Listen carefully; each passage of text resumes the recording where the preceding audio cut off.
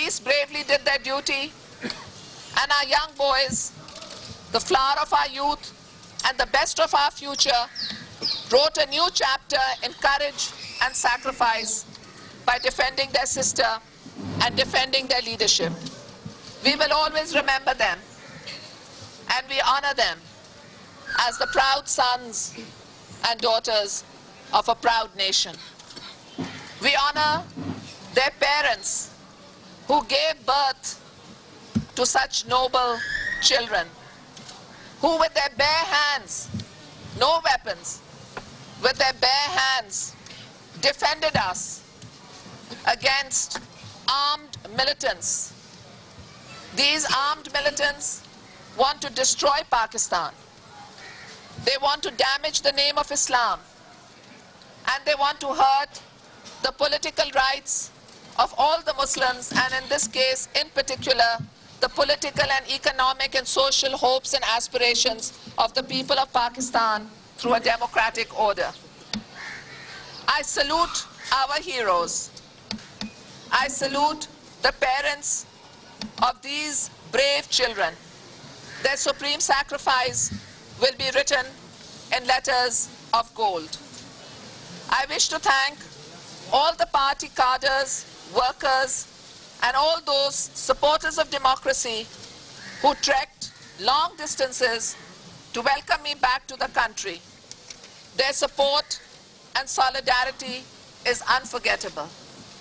I want to thank the members of the international and Pakistani press who covered the long and arduous journey with us and who shared with us a moment that was of a people's triumph, which ended in tragedy, but it was a triumph for all the ordinary people of Pakistan who came and voted with their feet to show Pakistan and to show the world that this great land of ours is not a land of terrorists.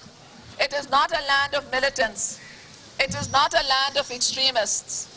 It's a land of peasants who work hard to earn a living.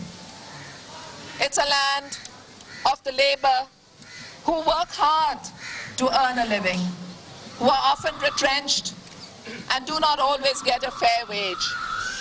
It's a land of women and minorities who are often discriminated but still dream of a better future. It's a land of intellectuals, of poets and artists who together want to build a modern, moderate society. So what are the militants saying? They're saying that peace-loving people are not safe to gather. The only people who are safe to gather are the militants, because the peaceful people don't attack them. So a minority wants to hijack the destiny of this great nation.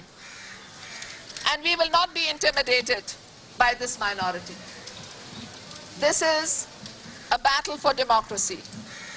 And if we wish it to be peaceful, we wish it to be political, which is why my party and I, despite criticism from our friends in a segment of the media and by some of our friends amongst other political parties, have entered into political negotiations with General Musharraf's regime for a transition to democracy. We want to avoid bloodshed. We want to avoid loss of life. But I also want to say that if it means sacrificing our lives, if it means sacrificing our liberty to save Pakistan and to save democracy, because we believe democracy alone can save Pakistan from disintegration and a militant takeover, then we are prepared to risk our lives and we are prepared to risk our liberty. But we are not prepared to surrender our great nation to the militants who want to disintegrate and fractionize our country. They are killing our armed forces in the tribal areas of Pakistan. They are knocking on the doors of the frontier province. They want to dissipate the energy of this great nation. I and my colleagues want to save Pakistan. And to save Pakistan, we want to save democracy. Because if we save democracy, we can make our people the guardians of our society. And when our people are empowered, our people will stand up to guard this great land of ours. So we will not stop our campaign. We will not stop our struggle. Despite the heavy loss that we have incurred yesterday, we will continue. This is the land that gave us birth, and this is the land to which we will return. And this land can only be saved from a civil war, as we have witnessed in Iraq, where Sunni is killing Shia and Shia is killing Sunni, or Afghanistan, where one group is killing another group. We do not want Pakistan to disintegrate into little fiefdoms run by local warlords, issuing their fatwas, whether it's from one tribal emirate or whether it is from another area of Pakistan.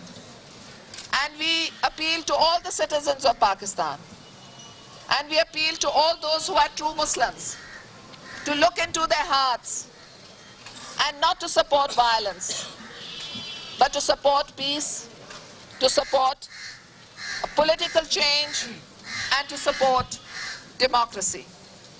So the attack last night was a message sent by the enemies of democracy, the enemies of Pakistan, the enemies of the political parties of this country, and the enemies of Islam.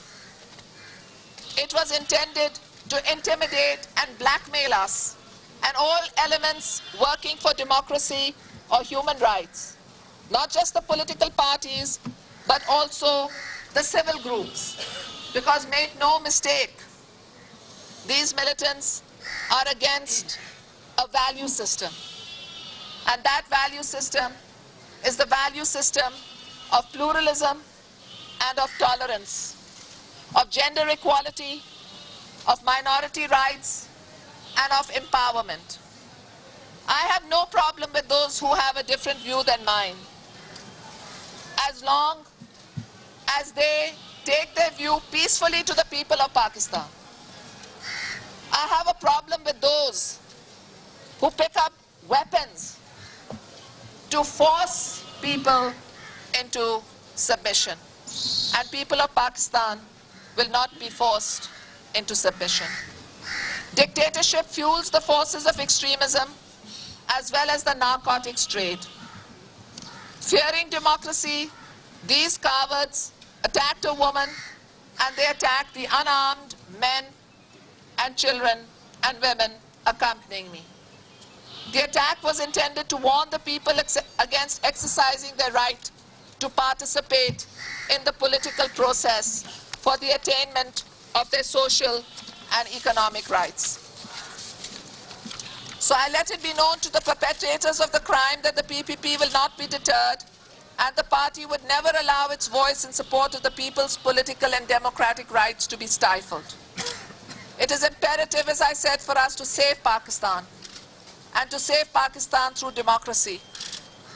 And we must save Pakistan and save the fundamental rights of our people.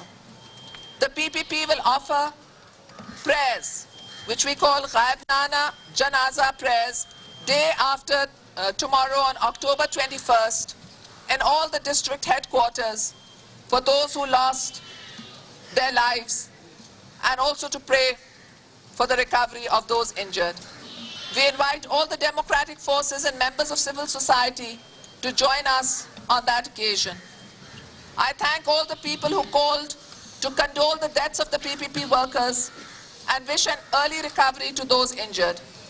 Those who called me include General Pervez Musharraf, President Hamid Karzai of Afghanistan, Opposition Leader Advani from India, Mian Nawaz Sharif, Mr. Altaf Hussain, as well as Afsandiyar Wali, leader of the ANP, Mr. Ghulam Mustafa Jatoi, and several high commissions and embassies. And Jaswant Singh also called me. Jaswant Singh, all the people who called us, and the governments whose statements we have read on the papers, which includes the White House, the State Department, Whitehall, France, I believe, China, and all the members of the diplomatic community, In Islamabad.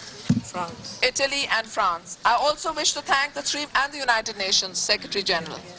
I want to thank the 3 million people who came from far and wide to greet me on my return from exile. As I said, they came from the Karakoram Pass, Azad Kashmir, northern areas, tribal areas, the plains of Punjab, the deserts of Sindh and Balochistan. They came singing. They came dancing. They came in joy. There was such festivity. And they came in joy to mark a return that they felt could be a catalyst to change, to democracy, to a better life. I want to tell all those people that we will not let the militants destroy the hopes of our people for freedom and prosperity, despite the tragedy in the night that followed the triumph in the morning. Before I came to Pakistan, it was conveyed to me that several suicide squads had been sent against me. It was conveyed to me that on information received from a brotherly country, there was one suicide squad from the Taliban elements, one suicide squad from Al-Qaeda, one suicide squad from Pakistani Taliban, and a fourth group, I believe, from Karachi. The telephone numbers of some of the suicide squads or their handlers were also given by the brotherly country to the government of Pakistan. So I hope that with so much detail in their hands, the government would have been able to apprehend them, but I can understand the difficulties. I was advised not to return to Pakistan, but I had given my commitment to the people of Pakistan, or as we say in Urdu, मैंने अपना ज़बान आवाम को दी थी.